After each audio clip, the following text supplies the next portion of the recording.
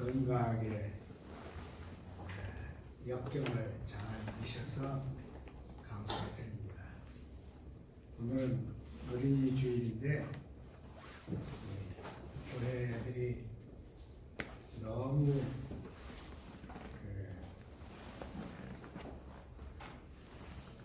어렵게 지내서 어린이 주일 같지도 않습니다. 그래도 어린이 주일 말씀을 드리려고 이 성경을 택했습니다. 여기 보면 부모들이 주님의 만져주심을 바라고 아이들을 데려왔는데 제자들이 꾸짖었다. 그렇게 했습니다. 이 똑같은 말씀은 마태복음 19장 13절 이하에도 기록이 되어 있는데요. 거기는 이렇게 기록을 했어요.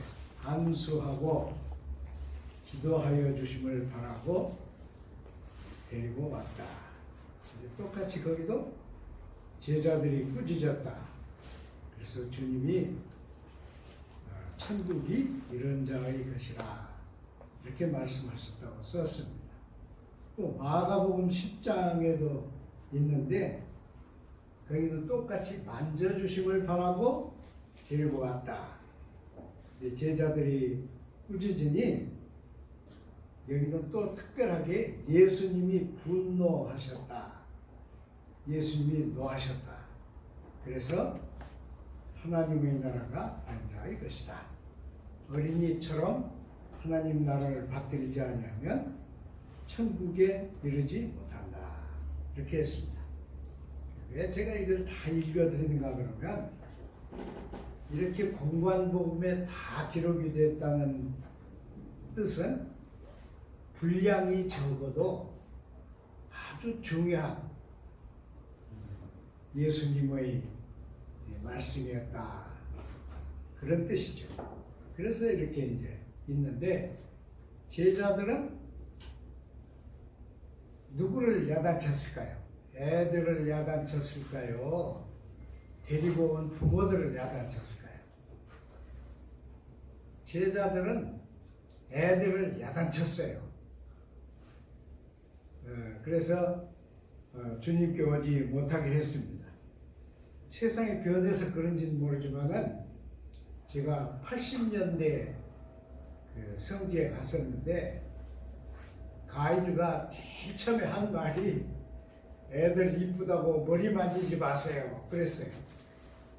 그때 그런 말을 들었어도 애들이 이렇게 오면 손이 나가잖아요.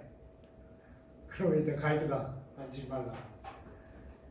그 나라의 어린이들은 이렇게 남들이 머리 만지는 것을 아주 싫어한대요. 이제 그렇게 했는데 그때는 예수님 때는 부권이 엄청 강했어요. 그래서 여자분들에게는 미안한 얘기지만은 여자들의 주권이 없었습니다. 그래서 여자가 완전히 남편에게 예속되었습니다. 여러분 성경에 있는 말씀 아시죠? 여자가 성전에 가서 뭘 서약했어도 만일 남편이 그 서약한 것을 인정을 안 하면 안 지켜도 된다. 이렇게까지 했어요. 그러니까 자기 아내가 그렇게 남편에게 예속됐다면 아이들은 어떠겠어요? 아이들은 종들보다 상위입니다. 종들보다 약간 나아요. 그래서 어린이들, 아내, 재산 다 남자들 것이었습니다. 그런 세상이었기 때문에 이 제자들이 야단을 쳤어요. 오지 마라. 방해한다고 생각했겠죠. 그런데 예수님은 똑같이 유대인이지만은 애들을 나무라는 제자들에게 분노했습니다. 놀랍지 않아요? 똑같은 문화에서 컸는데 예수님은 그렇게 했습니다. 왜 그러느냐? 왜 여기가 중요하냐? 이것은 예수님만 유년들과 소년들을 사람으로 취급했다는 뜻입니다. 그러니까 그 사회 문화 속에 새로운 한 영역이 형성되는 거예요. 영 제너레이션. 영 제너레이션은 예수님이 이 말씀을 하시기 전에는 없는 겁니다. 없었어요. 예수님이 이 말씀은 영 제너레이션이 하나님 나라의 대상이다. 이렇게 하는 거예요. 얼마나 놀라운지 몰라요. 엄청 놀라운 얘기입니다. 아마 이스라엘 사람들이 아이를 낳아서 특히 남자아이를 낳아가지고 성전에 데려갔을 때 그 의례식을 다 한 다음에 제사장이 머리를 만졌을 거예요. 저는 그렇게 생각해요. 제사장이 여드레 된 아이의 머리를 만지면서 축복을 했을 거예요. 왜냐하면 그것은 교회 역사 속에 쭉 내려옵니다. 지금도 우리가 그러잖아요. 그러니까 지금도 우리가 그 세례를 베풀 때 보면 다른 분들은 이렇게 그냥 이렇게 하지만은 저는 아기를 안고 했잖아요. 아기를 안으면 아기들이 다 깜짝 놀라죠. 자기 부모에게서 떼가는 줄 알고. 하여튼 안고 이제 머리 위에 안수를 했죠. 그러니까 이것은 그 예수님께서 그 나라의 문화 전통을 뒤집는 것입니다. 여러분, 우리도 전통 문화를 많이 가지고 있는데 누구도 못 뒤집죠.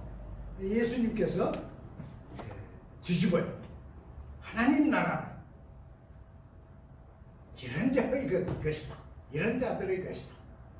어린이처럼 거기 빠졌겠지. 순전하게, 어린이처럼 순전하게 그렇게 하나님 나라를 받들지 못하면 하나님 나라와 관계가 없다. 이렇게 했겠죠. 지금은요. 지금은 우리 사회는 어린이들이 왕이죠. 특히 어떤 가정들은 남자 하나만 딱 낳고 말죠. 그러면 왕이죠. 애들이 왕자죠. 지금은 그 자유 개념이 잘못돼 가지고 우리 사회가 좀 묘하게 갑니다. 교육도, 어린이들의 교육도 얼마나 그게 소중할까요? 온 식구가 다 같이 살지만은 어린이를 먹이고 어린이를 기르는 것이 아마 제 생각에는 그 제일 높은 최상위의 그 행위라고 생각돼요. 그렇게 합니다. 그렇기 때문에 교육이, 우리나라 교육이 그냥 이 엮어진 대로 잘 크기만 해라. 그래서 대학만 졸업하고 직장만 잘 가져라. 그러면 잘 벌고 즐기고 편히 살 거다. 이렇게 되어버렸어요. 제가 너무 나이가 많아서 잘못 생각한지 모르지만은 우리는 비전이 없어졌어요.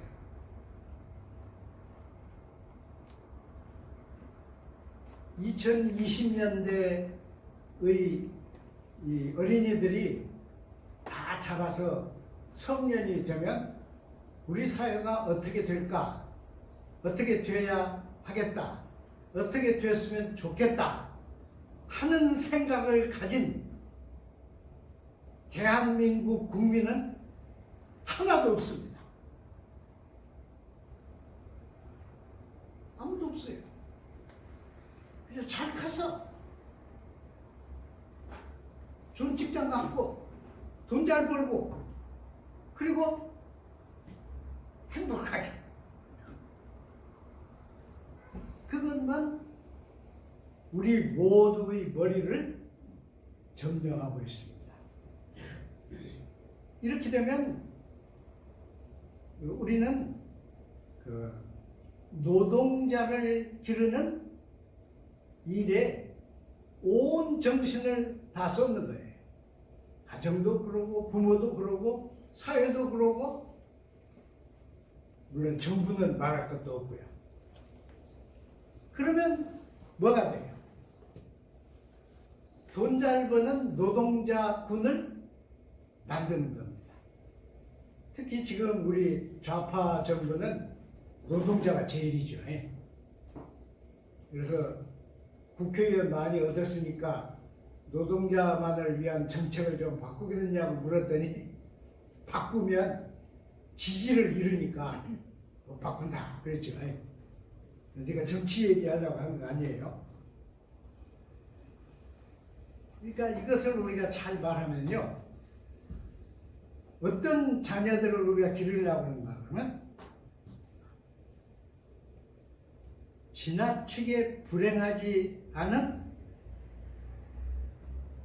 보통 사람, 그러니까 과로치고 돈은 잘 벌고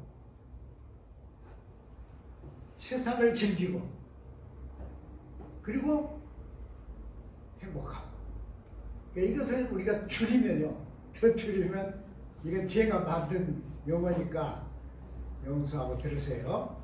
비교급. 우리가 보통 이하를 붙여서 비교급 만들잖아요. 영어에서. 비교급이에요. 비교급 행복 인간을 만드는 겁니다.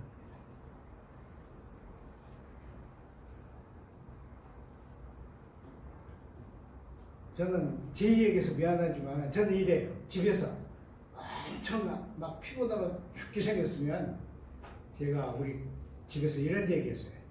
그래도 저 골판지 주우러 다니는 영감들보다는 낫잖아.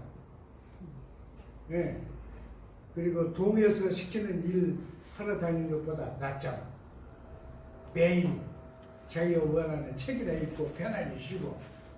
이게 비교급 인간입니다. 사람이 비교해서 낫잖아. 그럼 됐지 뭐가 필요해. 그러니까 이렇게 하면 우리의 미래가 암담해지죠. 제가 그 독서를 하면서 놀란 인물이 하나 있는데요. 융예리라고 하는 인물입니다.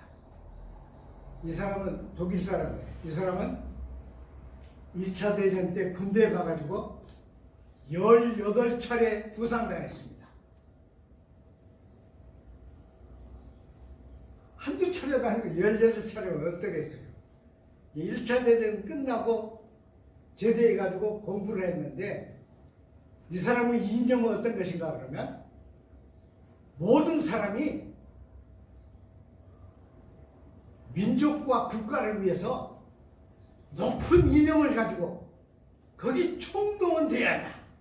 그래서 모든 학생들은 노동을 자기 몸으로 해야 하고, 대학생들은 농촌에 가서 일을 해보고 공장에 가서 일을 해봐야 한다. 그리고 모든 젊은이들은 통일된 정신을 가지고 국가를 일으키셔야 한다. 여러분 1차 대전, 2차 대전 다 독일이 망했잖아요. 그러니까 그 사람 그런 생각을 가졌어요. 물론 그 생각이 잘못돼가지고 히틀러 전체주의의 뿌리가 되었습니다. 그러나 자기가 1차 대전 때 18차례 부상을 당하고 막 그 회복하는 과정을 거쳐서 자기가 잘한 것을 국가 미래와 묶은 이 정신은 우리가 무시해서는 안 된다고 생각이 들어요.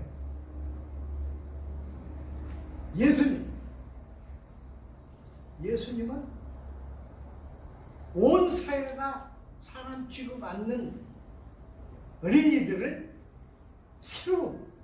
새로운 하나님 나라를 대상으로 하는 새로운 연대를 만든 것입니다.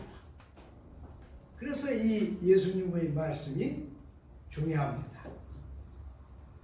근데 그 중요한 예수님 말씀은 한 군데 더 있어요. 그 마태복음 11장이에요. 25절에서 27절인데요. 참 이상하게 쓴 것이에요.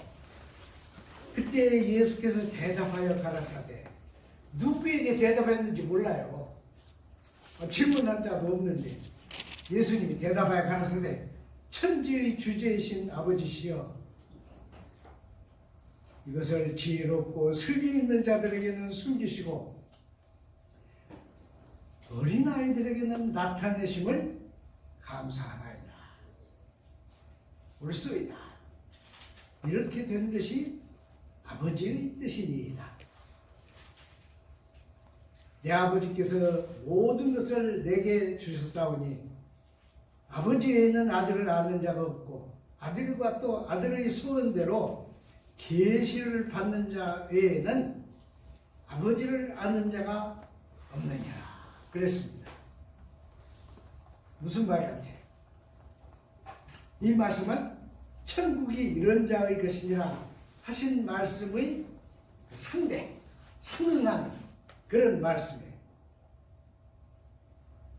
하나님 나라는 지혜롭고 슬기 있는 자에게는 감춰져 있습니다. 하나님의 나라는 지혜와 슬기와 엮이지 않습니다. 이거 놀랍잖아요, 여러분. 우리는 막 출근하고 공부를 하고 막 책 읽고 어른들 말 듣고 강연 듣고 막 그래서 지혜, 슬기를 누리려고 그러는데 주님은 그렇게 했어요. 그리고 옳소이다. 하나님이 원하시는 사람, 하나님의 아들이 원하는 사람 외에는 계시를 허락지 않았습니다. 그것이 옳습니다. 그랬어요. 그 계시는 하나님 나라를 우리에게 전하는 계시는 지혜 있는 자, 슬기 있는 자와 상관이 없어요. 한정을 시켰어. 왜 이렇게 한정을 했는지 몰라요. 계시를 한정을 시켰습니다. 이 한정시킨 계시를 어린이들에게 허락하셨다는 뜻이에요. 그러니까 이게 대단한 얘기입니다. 엄청난 얘기예요. 그런 그 계시에 대한 얘기는 에베소서 1장 17절 19절 에베소 교인을 위한 바울의 기도 내용입니다. 거기에도 나타나 있습니다. 너희 마음의 눈을 밝히사 그의 부르심의 소망이 무엇이며 성도 안에서 기업의 영광이 무엇이며 그 풍성이 무엇이며 그의 힘의 위력으로 역사하심을 따라 신자가 된 우리에게 베푸신 능력의 지극히 큰 것이 무엇인지를 깨닫기를 구한다. 기도예요. 기도 내용. 에베소를 위한 기도 내용입니다. 뭘 말하려는 것일까요? 하나님의 나라는 절대로 쉬운 게 아닙니다. 또 얼마든지 있는 것도 아니고 누구에게나 다 허락한 것도 아닙니다. 저는 이런 생각을 하는데 우리나라 교회들이 너무 그 수입 신자들 모여서 한동안 수입에 그 목을 매다 보니까 교인 수에 막 집념했죠. 그래서 그 결과 하나님의 복음이 재고품이 되어버렸어요. 제가 나쁘게 얘기하죠. 재고품이 됐어. 공장을 많이 돌려서 재고품 쌓이면 망하는 거잖아요. 지금 한국 교회 복음은 재고품입니다. 그래서 아무나 오게 그러잖아요. 아무나 오게. 하나님보다 숫자가 더 중요해졌어요. 그래서 그냥 이렇게 하는데,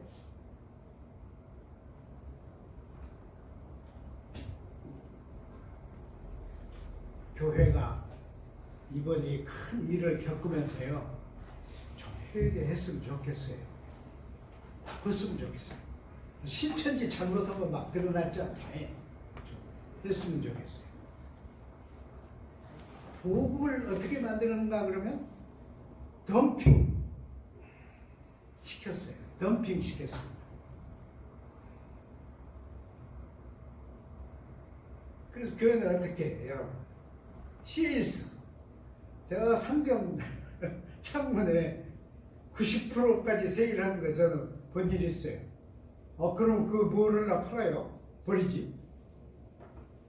이렇게 만들어 놓고 말았습니다. 이게 참 문제죠. 근데 이대로 우리가 다음 세대에 이걸 넘겨주면 다음 세대는 더 갑니다. 더 할 것입니다. 여러분, 제가 아는 한 교회는 우리나라에 있는 교회인데, 교회에다가 맨 처음에는 당구장을 만들었어요. 당구장을 만드니까 교인들이 당구장에 안 가고 교회로 오잖아요. 그래서 그 다음에 뭘 만들었어요? 탁구장 만들었어요. 탁구장을 만드니까 더 좋잖아요. 그래서 그 다음에는 뭘 했어요? 수영장을 만들었어요. 수영장을 만들고, 그 수영장 그 뜨거운 데 들어가면 그 뭐라고 그래요? 그걸 만들었어요.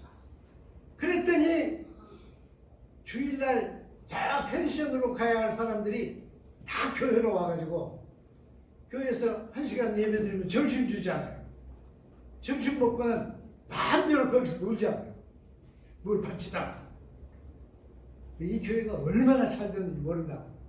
사람들은 자랑을 합니다. 이것은 덤핑을 시킨 것입니다. 누구를 덤핑시켰어요? 예수를 덤핑시켰습니다. 예수는 콧대도 없고 자존심도 없고 아무것도 없어요. 큰일 났죠. 이것이 우리가 지금 가고 있는 모습입니다. 자, 이제 짧게 하려고 제가 하는데, 어린이 주일이니까 에베소서 6장을 않고는 안 되죠.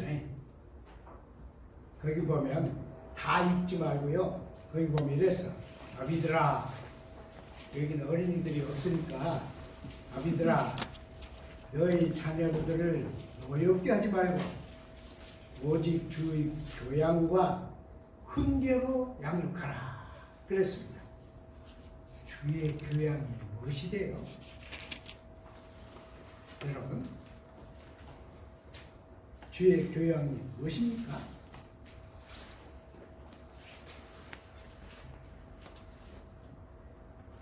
신명기 4장 9절을 보면 이렇게 했어요. 오직 너는 스스로 삼가며 내 마음을 힘써 지키라. 그리하여 내 눈으로 본 그 일을 잊어버리지 말라. 네가 생존하는 날 동안에 그 일을 내 마음에서 떠나지 않도록 조심하라. 너는 그 일을 내 아들과 내 자손들에게 알게 하라. 그랬습니다. 이게 주의 교양이에요. 시편 78편 2절 3절을 보면 이렇게 했습니다. 옛 비밀한 말을 발표하리니 이는 우리가 들은 바요 아는 바요 우리 열조가 우리에게 전한 바라. 우리가 이를 그 자손에게 숨기지 아니하고 여호와의 영예와 그 능력과 기이한 사적을 후대에 전하리로다. 그랬습니다. 그러니까 이 두 말씀을 묶으면 주의 교양은 성경을 외우게 해라. 억지로 예배에 참여하게 해라. 교리를 외우게 해라. 이게 아닙니다. 주의 교양은 뭐예요? 내 믿음을 나눠라. 그건 내 믿음. 내가 하나님을 향해서 가진 믿음. 내가 조상들로 받은 그 믿음. 그것을 나눠. 그럼 또 잘못 생각하면 옛날 제가 처녀 목회하던 교회 장로님 같이 밤중에 막 11시쯤 와가지고 막 가족 예배하기 위해서 막 다 불러. 그럼 막 애들이 그 집에 애들 많은데 막 애들이 주둥이가 이만큼 나와가지고 막 가서 앉죠. 앉아서 돌려가면서 성경 읽으면 저는 전도사니까 잘 읽고 장로님은 장로님이니까 잘 읽고 애들은 안 읽어. 예수께서 그 말 이렇게 하면 막 야단쳐요. 야단치고 막 눈을 막 이렇게 해가지고 뭐가 되겠냐. 그게 아니죠. 루터는 종교개혁 때 자기 가족, 자기 아내죠, 자기 집에서 일하는 일꾼들 모두 한 상에서 밥을 먹으면서 밥 먹을 때 한 얘기를 다 모아서 식탁 뭐라고 그래, 나누는 언어라고 했어요. 그래서 그게 식탁의 교훈입니다. 하나도 어려운 말이 없어요. 자기가 믿는 하나님, 자기가 종교 개혁을 하는, 목숨을 걸고 종교 개혁을 하는 의미를 이렇게 나눴습니다. 우리는 지금 식탁에서 애들하고 그런 얘기 못하죠. 이게 사회 문화가 바뀐 증거고 예수가 새 일품이 된 증거입니다. 친애하는 미래 교인 여러분, 우리는 달라야 합니다. 우리는 세일스맨이 아닙니다. 우리는 재고품 처리자들이 아닙니다. 어쩌면 하나님이 온 세계에서 기독교인 비율이 가장 높은 이 군산에 많고 많은 엄청나게 잘 지어진 교회들 다 대놓고 색방살이하는 우리에게 귓속말을 하실 거예요. 너희는 따로 살아. 너희는 미래를 짊어져라. 너희는 한국 교회의 씨앗이다. 기도하겠습니다. 사랑의 하나님, 우리가 다시 모여서 예배할 수 있게 하심을 감사드립니다. 우리 자세를 여미고 또 여미고 진정으로 주님을 사랑하고 진정으로 주님의 말씀을 순복하고 진정으로 하나님의 나라를 우리 삶 속에 영접하는 하나님의 사람들이 되게